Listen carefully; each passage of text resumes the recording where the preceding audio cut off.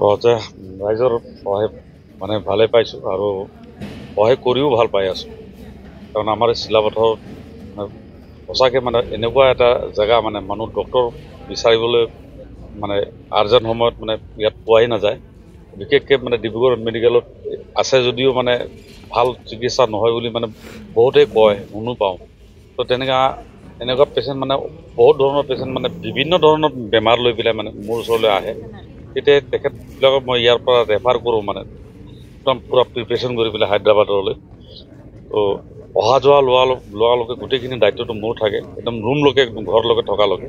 doctor এপইণ্টমেণ্টলৈকে মই মানে ইয়াৰ পৰা কৰি দিওঁ আৰু ধুনীয়াকৈ সিহঁতে ট্ৰিটমেণ্ট কৰি পিনি ইয়ালৈ গুচি আহে আজিলৈকে যিমানখিনি পেচেণ্ট গৈছে চব ছাকচেছফুল হৈ গুচি আহিছে আৰু উন্নত ট্ৰিটমেণ্টটো পাইছে ভাল চিকিৎসা হৈছে আমাৰ এই যশোদা হস্পিটেল মই গোটেই ইণ্ডিয়াত হস্পিটেল বহুত দেখিছোঁ কিন্তু যশোদা হস্পিটেল ভাল মাল্টি স্পেচিয়েলিষ্ট হস্পিটেল মই দেখা নাই ইণ্ডিয়াত আপুনি চাব পাৰে 700 ডক্টৰ 4000 বেড ইণ্টাৰনেশ্যনেল এৱাৰ্ডনেছ হস্পিটেল